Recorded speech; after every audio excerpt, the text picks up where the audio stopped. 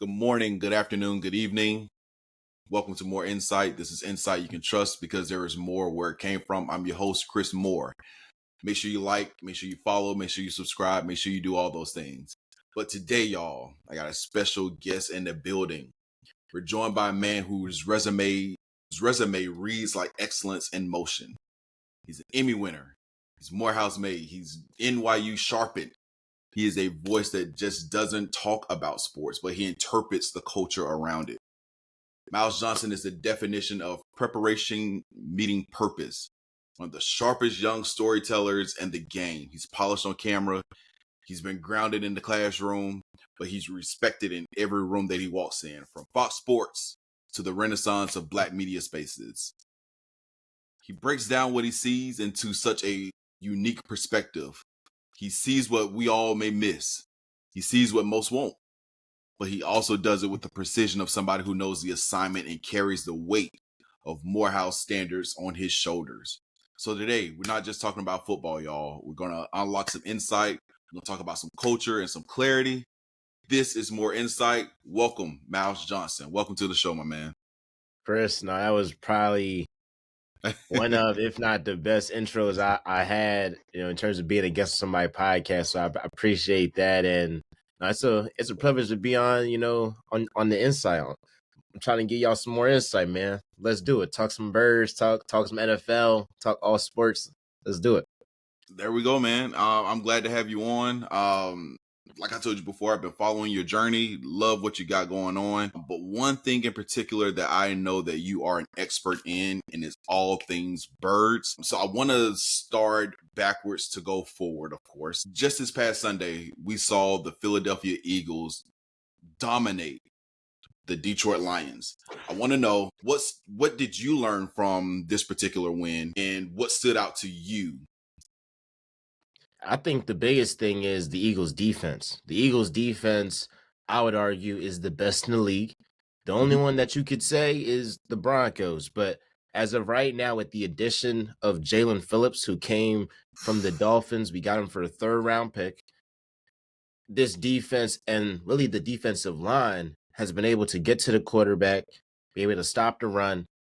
And the secondary, you got Quinyon Mitchell, who he's been lights out. He's going to be an all-pro this season, at the very least, a Pro Bowl caliber cornerback, and he's having a breakout year.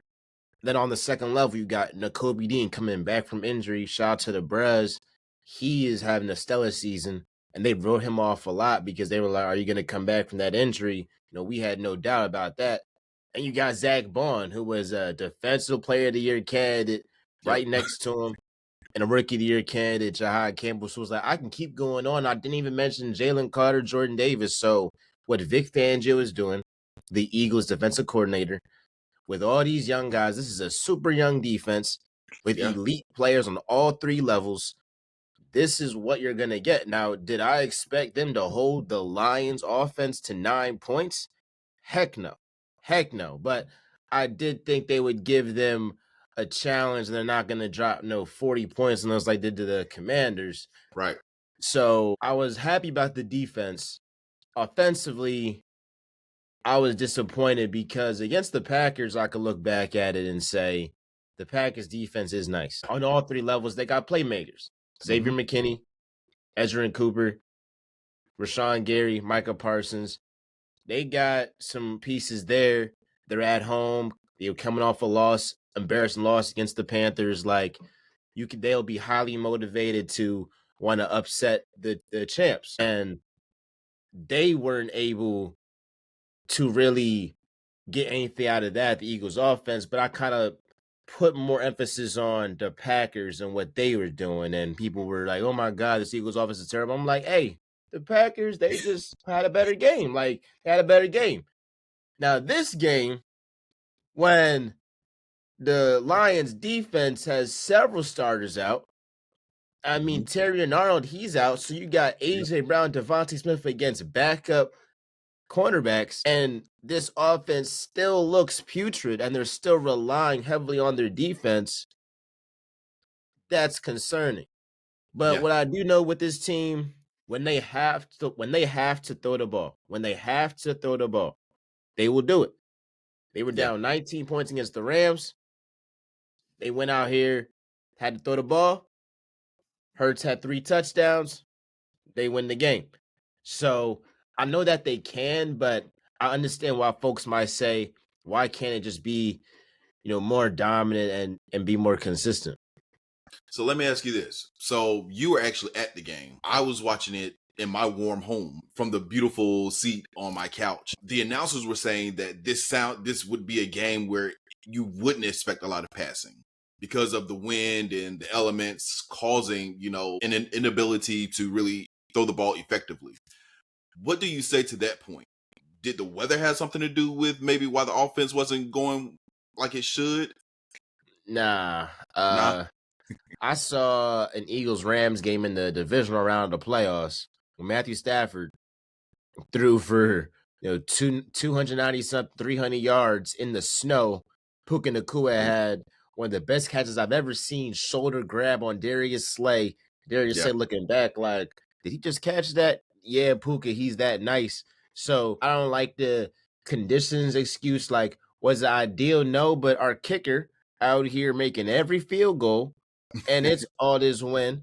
So if he can make some field goals from 40 yards out, Surely. 35 yards out, 50 yards out, you better be able to have a competent offense that can throw the ball for 20 yards, that can, Yeah. utilize the deep passing game, that can use crossing routes, that uses dig routes, that just utilizes the middle of the field to open up, deep shots. And also, like, the running game has been a big issue. Yeah. Guys have been in and out. So you got Lane Johnson, our right tackle, probably the best right tackle in the game. He's out. He's going to be on IR. Now you got Jordan Mailata, who left tackle. Mhm. He's a really talented player. He was all pro last season, but he's regressed this season. He's had some Yeah. penalties, and he hasn't been as sharp as he was last season. And the interior offensive line, guy's been banged up. Land Dickerson, Pro Bowl guy, Yeah.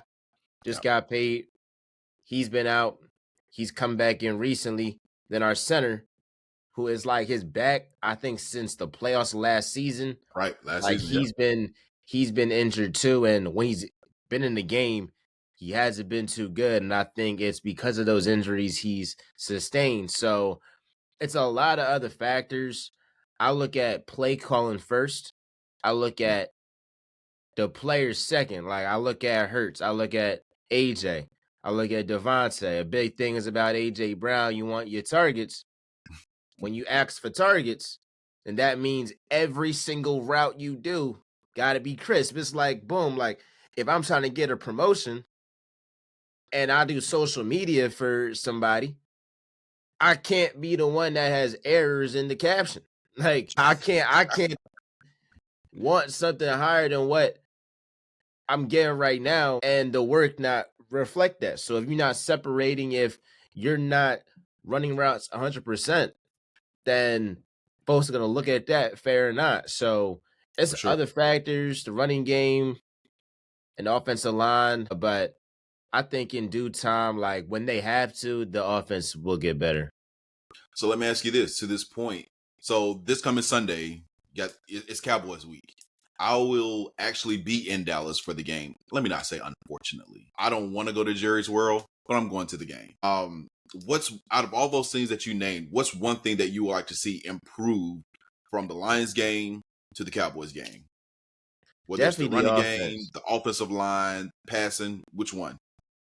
Definitely the run game and the Mhm. pass game. And I need the run game to really start getting active and really start hitting their stride because when it gets cold and It it's gets cold. December and it's January and it's playoff football, you see, a lot of teams they're like September teams, like they're Yep. October teams. It's warm. It's warm. I think Jared Goff is a clear example that when it gets cold, that And brother is not the same quarterback. So I want the run game to hit its stride. Now, obviously, the Cowboys, they got Quentin Williams, who I will admit, I think the way Jerry went about trading for Quentin Williams and the whole process of I'm going to trade Michael Parsons, essentially tank this season lose a lot of games. Now I'm panicking. I got embarrassed by the Cardinals. Let me just go out here and trade for Quentin Williams. But at this moment, he makes the Cowboys a better team. For sure. But then, like, their cornerback played their secondary, like, nobody really, like, puts any fear in your heart, especially with the playmakers the Eagles have. So on all three phases, but really the offense, I'm looking for the running game, I'm looking for the passing game to improve. I love it. I love it. I agree with you. I can't wait to see what they do. I believe this would be the game where the running game could start to tilt upwards with the addition of Quentin Williams. And I know they still have Kenny Clark. Whoop-de-doo. Not to shit on them, but I just believe structurally this would be a good game for the running game to get back on track. When it comes to the back end of the Cowboys, I could definitely see you all getting some passing yards. I hope with the running game being better, I hope that opens up the play action in order to get those passes down the field. What would be a complete Eagles performance look like to you? A complete Eagles performance is when I see the Eagles scoreboard, it should say 40. It should say 40. And I'm not expecting the Eagles defense to hold the Cowboys less than 10 points. Right. But if it's like 40-22, boom, I'm with that. I definitely think that the Cowboys are due to have a letdown game, and I think that they rose to the moment Mm-hmm. last game, given everything that has been going on with that team. And I got a lot of Right. respect for what their coaches had to go through because Yeah. the owner done traded your best player before the season started. You Yeah. obviously probably did not want that to happen. Right. And then on a sour note with one of his players, taking his own life and the emotions into Yeah. that, they had to deal with a lot. So the emotions were high. You expected the defense against the Raiders to, and you got Quentin Williams to play better. But I still don't think that this defense is that good. And I agree. you play it in Lambeau Field. It was super cold. You played in Philly. It wasn't as cold as Green Bay. You mentioned the win. All I'm gonna say is you in Jerry's world, the conditions are much more favorable to an Exactly. offense. So I just feel like if they can't do nothing against the Cowboys, I mean, What are we again, I'm doing not here? gonna lose faith, but it rises my concern level even higher. Concern. That's a word I want to stick with real quick. I don't think you have any concern about your defensive coordinator. I want to take some time and give Vic Fangio his flowers. He came up to Philly, changed that whole defense. What are your thoughts on Vic Fangio? Yeah, I think like he's been the MVP, and you could argue that the Eagles do not win a Super Bowl without Vic Fangio. And think about this: before the Eagles got Vic Fangio, the year right before 2023, Mm-hmm. they had Sean Desai start out as the defensive coordinator. They did. And before that, Jonathan Gannon, who's the Cardinals head coach, he was the DC. After the Super Bowl, he goes there. We promote Sean Desai. So Sean Desai starts out. The defense isn't good. Midway through the season, they switched Sean Desai for Matt Patricia. Man, Matt Patricia is even worse than Sean Desai. Like, so bad. I if you mean, can imagine. he had the pencil in his ear and it was taking no notes. Like, he was really, really terrible for us. And so after that, had that collapse at the end of the 2023 season, it soured out with Vic Fangio in Miami. So it was like, he's from the Philly area. He loves Philly teams. He loves the Phillies. A lot of his family is from here. He was a head coach before, but now he's getting up there in age. He's not about to be a head coach again. So it's the Exactly. perfect situation because the Eagles get a guy that he's going to be here till he retires. And he is really helping develop the young guys on this team. And all you gotta do is just pay him a bag because they're giving him, a My large bad. salary for, being the best defensive coordinator, top 3 at worst in the league. Right. So it's a win-win on both sides. Win-win on both sides. Let's go to the other side of the football. Your quarterback, Jalen Hurts, the MVP for most black women, the MVP for the Super Bowl that just passed this year. But right now, always faces, his whole career, his whole football career, he's faced criticism. Why is Jalen Hurts criticized so harshly? I think because he plays the quarterback position the way that they told us you couldn't win with. Like, it's many people saying you cannot win with a dual threat quarterback. Like, the status quo was you got to stay in the pocket and you got to throw the pill.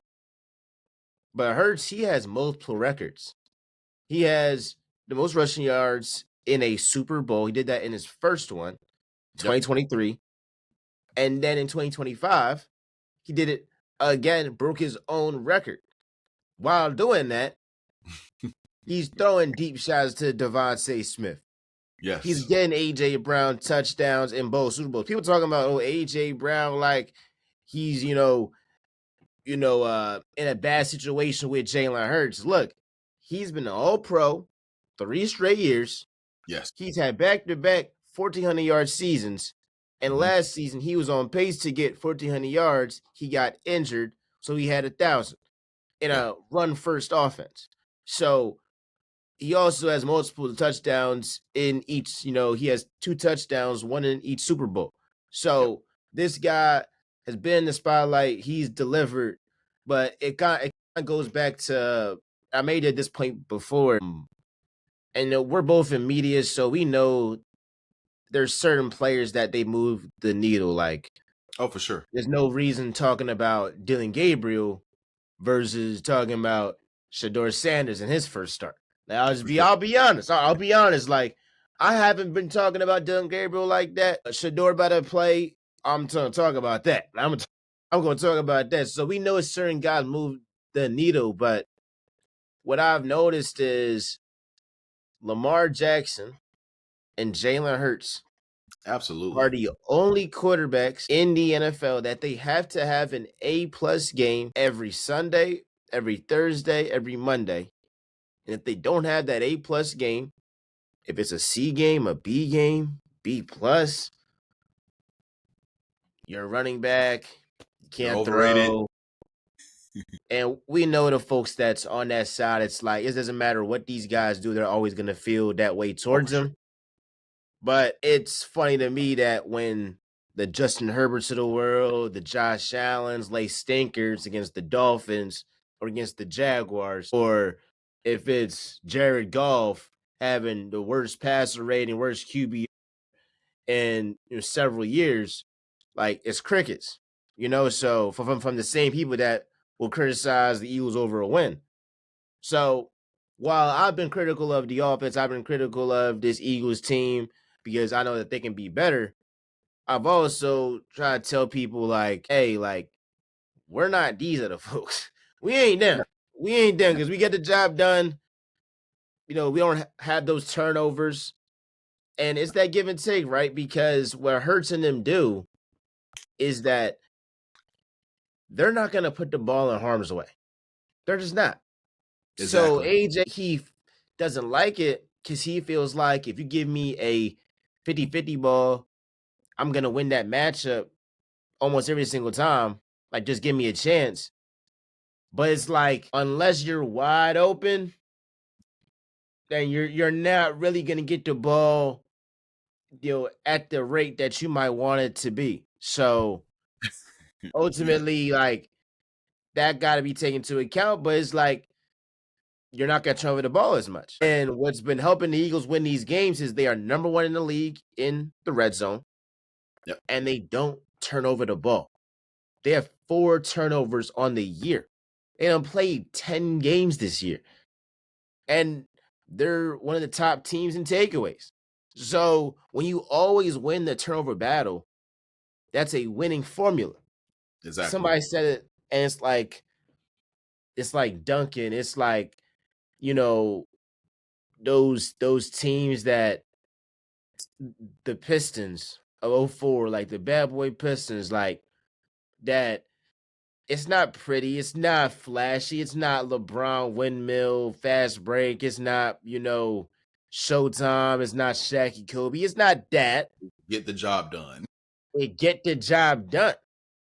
Yeah, So that's the philosophy, and I think it will clash with some players that you know want to think about their stats and want to think about, all right, is this going to affect my Hall of Fame stats and all that? But I'm of the belief in sports and in life, it's like just whatever's for you is gonna like be there for you. Like, absolutely. like you ain't gotta be thirsty for the moment. Like the moment's gonna come, just like put your head down, keep working. So but we've seen that little bit of a rift there with the Eagles team, but they always seem to, battle through adversity, especially Jalen Hurts. Whenever they talk crazy, and I suspect, Yeah. actually, I'm just saying this, I'm gonna be at the game with my dad. He a Cowboys fan. We're gonna go to the game this weekend, and I believe that Hurts is gonna have his best game of the year against the Cowboys. It's been people in Philly saying that the locker room is going frustrated with him and all this stuff. And I mean, What locker room isn't I'm looking frustrated? forward. What locker room isn't frustrated? You know what I Yeah, mean? I was like, they're frustrated with him and they think it's gonna be a Carson Wentz 2.0 situation. It could be that. And to that, it's like Carson Wentz 2.0. Like, That's heck, aggressive. that's That's aggressive. that's aggressive. So but whenever folks talk crazy, he always plays his best. So I look forward to him having a masterclass, in Jerry World. Absolutely. Absolutely. A couple of questions that I gather from some Eagles fans. One question I have: the Chiefs are 5-5, but the media seems to only talk about the 9-2 Eagles, AJ Brown, Jalen Hurts. Why are the Chiefs not getting questions asked about them?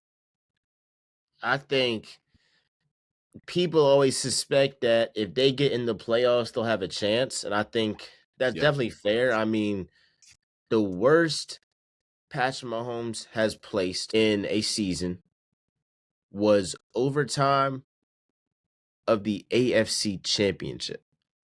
yeah, So that's his floor. The ceiling's obviously the Super Bowl, on the yeah. verge of going, three-peating, all that stuff.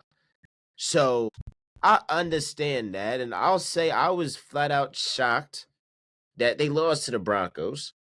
I think the Broncos defense is nice for real, and you got to give them credit. But It's definitely the you defense. think Andy Reid off a bye, like he always wins those games, so Always. that's super surprising for me. And I still think that they'll get in as a 7th seed, and like honestly, if they just get in the playoffs and they get hot, Anything can happen. like anything can happen. Like I do believe in a playoff setting and they gotta go to the Broncos.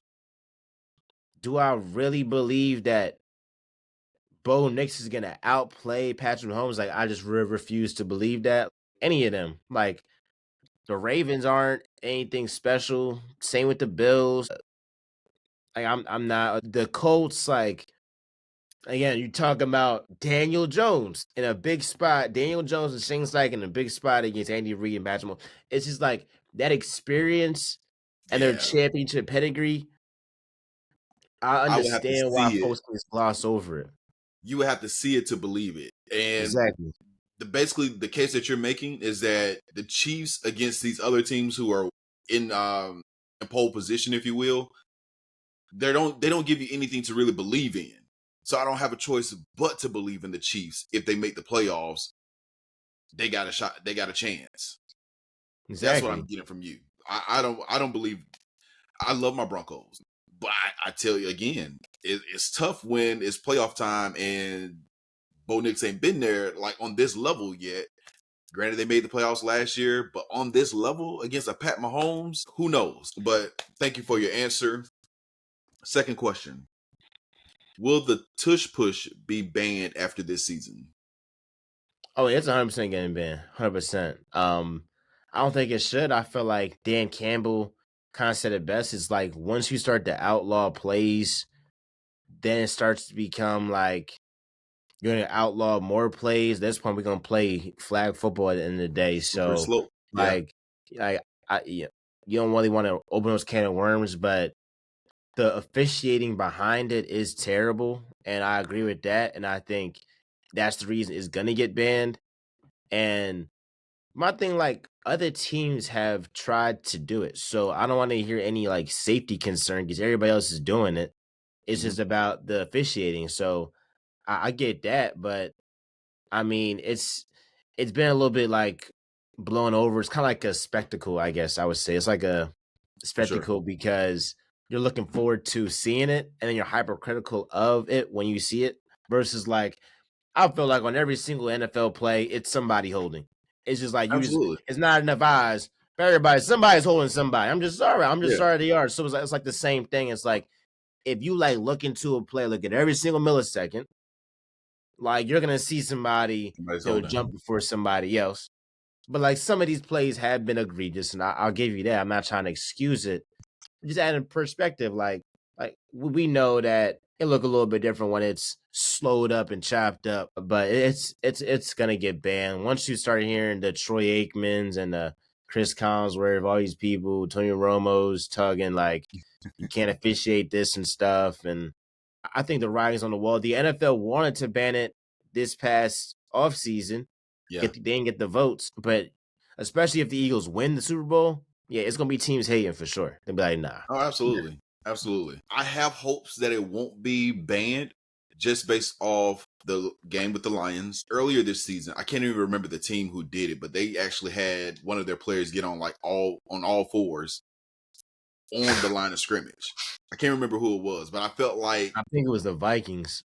it probably was the Vikings. I feel like that kind of stuff, teams are trying to figure out what they can do to stop the tush push. I think it's 75% chance it'll get banned. Mm-hmm. Yeah, I think that's about right. Like they would have to like really convince a whole lot of people because it was already a lot of people that it was like they were almost at the number to ban it. They were Yeah. almost at the number. I So think it was like now it's 3 like votes with short. more scrutiny, I could see it definitely happening. But on the bright side, like if the Eagles win the bowl and go back to back and they ban their play, optics wise, the league looks like chumps. All these teams look like chumps. Cause it's Yeah. like, all right, y'all want to ban it now? You could have banned it in 2023, in 2022 when we weren't winning. When we lost in the bowl and y'all was clowning us. So you want to ban it now?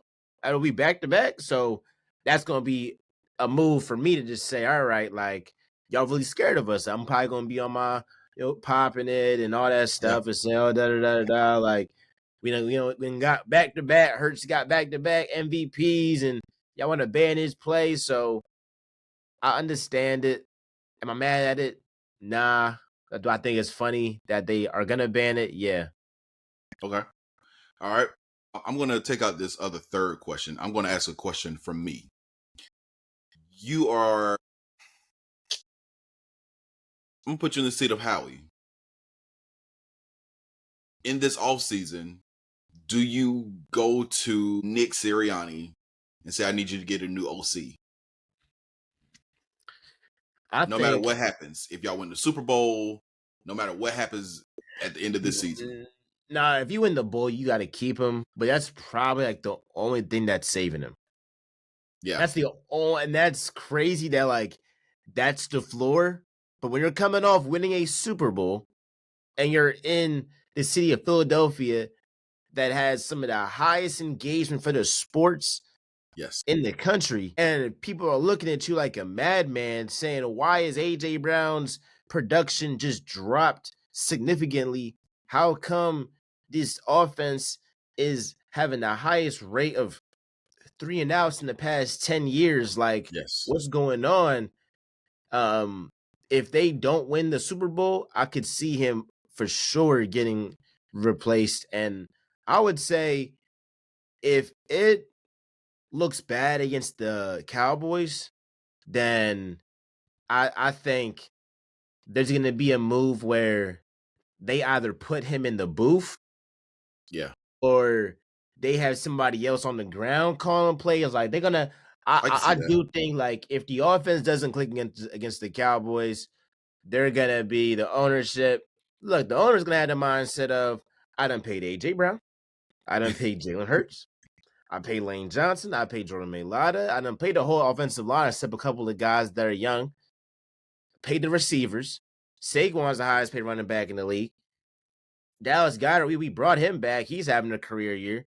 Yeah, Like, what's the issue? Like, for all this, let me just get a bunch of scrubs on offense and just get some more guys on the defense if we gonna be like the 2000 Ravens or something like that. So hmm, I definitely think the ownership once they get upset and they start looking at it, and we've heard reports that Jeffrey Lurie, the Eagles owner, was talking to AJ Brown and like he's yeah, snooping and seeing like what's up with the offense and stuff. Like, yeah, best believe that's gonna be something that the owner and the coaches and them are gonna have to take into consideration for sure. facts. This is another question that I just thought of. Our parents, our grandparents, all of them have either been Steelers fans, Cowboys fans. We can throw in 49ers and Packers. But do you think the Eagles are like the team of the millennials? I think millennials and definitely Gen Z too, because I think you see as millennials that they think about the McNabb and Yeah, TO era, and some of them offer perspective like y'all are crying and moaning about AJ and Hurts. McNabb and TO is way worse than this. Y'all are just dramatic. So I've seen those type of people, and then other people that like they look at the Randall Cunningham days and they're saying the same way they crapped on him then, they're crapping on Hurts now. And you got the young people that we're in the business of media, so we have to react to stuff. But I find it funny sometimes when a report will come out and it'll say AJ, it'll say AJ Brown is frustrated, or it might say like the media. somebody's frustrated, you know, and then the fans immediately say this reporter's lying. These reporters ain't out here just willy nilly just making up stuff. I'm telling you, they got too much to lose just to say that. Obviously, somebody told him something. Exactly. I think folks don't understand journalism and they just think, well, if you don't identify your source, it's That's it's not the name that. of the game. Like wow, like Adam Schefter every single day, Shams every single day, sources set. The sources is the agent, the player himself. But Yeah, they're not gonna say it. He's gonna say sources, and you know that like he got the truth, he got the credibility there. So like that's just what it is. Some of the biggest stories in the world have been through unidentified sources, like for wars, like presidents getting in peace, all this stuff. Like it's even bigger than sports. And you talk about unidentified sources, but we've seen that's this that on that's TV. that's the one thing I've seen with like the younger generation. It's like they see a report and then they're so fanboyed out. Then it's like they Yeah, can't just see, hey, maybe somebody has a relationship with the reporter who'll yeah. be there after practice, who'll be there after the games, and told him something. That's what it is. I've enjoyed your commentary about the Eagles, but you weren't always here. How did you transition from starting in sports media to essentially becoming, I would say, the voice of the Eagles for us? I would say, I mean, I started Real Talk in July 2020, and it was middle of COVID, and I was thinking of being productive during that time, and just wanted to stay consistent. I love to talk about sports. I would talk about sports with my friends, and I wanted to pursue sports journalism. So I just wanted to leverage the education, the journalism side taking advantage of opportunities at Morehouse, opportunities of being an HBCU grad, Omega Psi Phi, my fraternity, like and NYU when I went there to get a master's. So it was like I think all those connections like definitely helped me, and then being consistent with my content, and then realize with the Eagles stuff, all right, I'm from Philly. Sports here, it's a privilege because you can be born in, or be from other cities in the world that don't have a large fan base like Philly does. So, and now you're in like the golden era of Eagles football. So I think leaning into that, leaning into the Sixers, that's what I started off with, and then I leaned into the Eagles more. It's been great to start local, and still not afraid to branch out, talk about other topics too. So, I think just being consistent and then creative and looking for other ways to improve the content over the years. Yeah, Just go on YouTube, find different tricks and tips and shortcuts and stuff on how to edit and make graphics, and ultimately use that knowledge to teach somebody else, like bring them on a team or just had them do their own thing. It's great. absolutely, man. Love to hear what you're doing. Who are some of your inspirations in sports media or that you looked up to?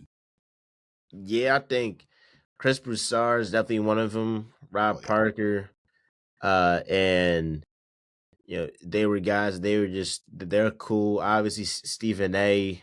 Uh, and I would say like Michael Wilbon, Bomani Jones. Like it's several Mhm. like black writers that transitioned to being on air. Um, and what I've realized too is like there's not a lot. A lot of them are like different in like their own ways. They have different mediums that they're on, and for me coming up in journalism, it's like, okay, you have the engagement, you have the clicks, and obviously that's something you have to think about. But there is such thing as not all engagement is good engagement. There is That such a part. thing as, all right, I can get 100K for a video. Like that really ain't nothing, but it's like, what am I talking about? Is it like progressing anything, or is it simply just hate? Now somebody have a bad game, we're gonna talk about the bad game, gonna keep it football, but or keep it basketball, keep it to the sport. But when I've seen other creators use like Kalen Clark, Angel Reese to then just bash Angel Reese or something like that, and it's like, all right, you're gonna get the engagement, you're gonna get the views, but the crowd that you play into. So it's like, Yeah. you want to risk your reputation for some clicks? And so I think a lot of, that would be some of my advice to a lot of aspiring content creators. Like, all this stuff does trace back. So you say something crazy about an athlete, or you go too far or something like that, or you speak on certain situations, like that can all come back to you, and it's just important to factor all that in the content that you do. We always say the internet is undefeated. That don't mean just for jokes. That mean they can trace what you done tweeted back years ago. They can go back on YouTube and see your oldest video still if you haven't taken it down. But screenshots exist, conversations exist. Just because you think it's gone, don't mean it's always gone. You mentioned something about content creators and the type of content that you're talking about. Can you help someone that's trying to find their voice and develop their voice? How can they do that? You got to be recording every single day, whether it's just audio, whether it's video and audio, but every single day, it shouldn't be a day that you're not recording, honestly. And so when you do that, you'll find your voice, and you'll find, just how to talk the certain runs, how to Mm-hmm. um, keep your air when you breathe and talk, keep focus on the camera, focus on your hand movements, your delivery might have a little pause, or you might just have, be super high pitched or be super energetic. I think all of that is up to just the reps and more comfortable that you Yep. get in front of the camera. So I can look back at videos in 2020 and I'm like, that was terrible. But I know in 2025, I know it's better. But I know in 2030, I'll be looking like at 2025, I'll be like, oh, that was terrible too. So, Mm-hmm. um, like it's all an ongoing process. Like it honestly, like never ends. I love it, man. This next portion I call 3-on-3. These are 3 questions. You give me your top 3 answers. I listen, but I do not judge. I may make an assessment, but I'm not going to judge you. Number 1, give me your top 3 Eagles players of all time. I say Jalen Hurts, Malcolm Jenkins, Brandon Graham. I'm not mad at that. That's a really good list. Shouts out to Brandon Graham. Shouts out to Malcolm Jenkins. Black people love to put the A on Jenkins. And shouts out to Jalen Hurts. Next question. Excuse me. Give me your top 3 artists right now. I say I like G Herbo. I like Leon Thomas. And then I'll say lately I've been messing with Olivia Dean. She nice. I've heard. Yes. She's Yeah, she definitely in my nice. queue. Definitely in my queue. We'll end it with this one. Give me your top 3 Philly meals. Definitely a cheesesteak from Jim's. Cheesesteak from Jim's for sure. Jim's cheesesteak. They got one in West Philly. They got one in South Philly. So if you in Philly at any point, either you, Chris, or anybody watching, like Jim's cheesesteaks, halal platter is great. You can get that downtown. I say it's up there. I don't know if it's top 3, but I definitely say it's up there. Chinese food is great too. Chinese food is great. I've heard. Sabrina's is a great brunch spot there too. Sabrina's, I gave by like 4, but yeah, definitely the cheesesteaks. Sabrina's is great, and yeah, the halal is good too. Nice. All right. Miles, what you got coming up next? And let me know where the people can find you, keep up with you on your journey. Pleasure being on. You can find me at Real Talk with MJ, Instagram, YouTube, X, TikTok, all those platforms. So I have audio podcasts, video podcasts, do a lot of Eagles, Sixers stuff, and did different guests on as well. So it's a pleasure to be on. Got to have you on Real Talk, and yeah, go Birds, go Birds. Fly, Eagles, fly on the road to victory. Yep. My 4-year-old son, he loves that song, by the way. So I'm not Is mad at it. I'd rather him say Fly, Eagles. He's all over. He's all over. He's all over. He's Broncos, Falcons, Eagles, and sometimes the Cowboys. Well, now's a good time to do Broncos or Eagles. One of them. For sure.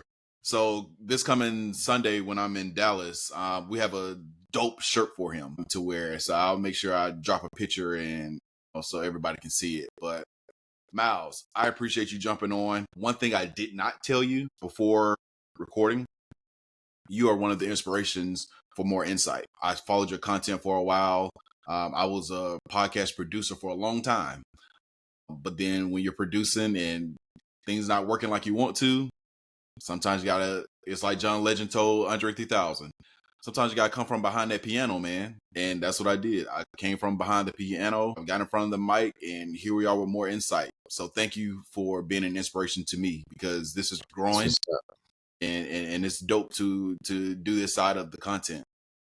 That's what's up. I think it's so important to have your own thing and control your own narrative, control the narrative of how people talk about certain athletes, talk about these, certain topics, certain situations, and like bring other people on. So that's a pretty cool. Absolutely, man. Thank you for joining me, and we'll see you again. All right. All right, yes, sir.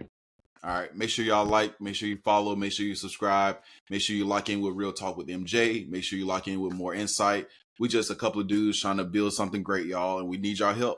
We need y'all help to make something turn from good to great, and we can't do it without you. So I appreciate you. Appreciate y'all joining in, locking in with me, and we see you next time on More Insight. Insight you trust because there is more where it came from. We'll holla.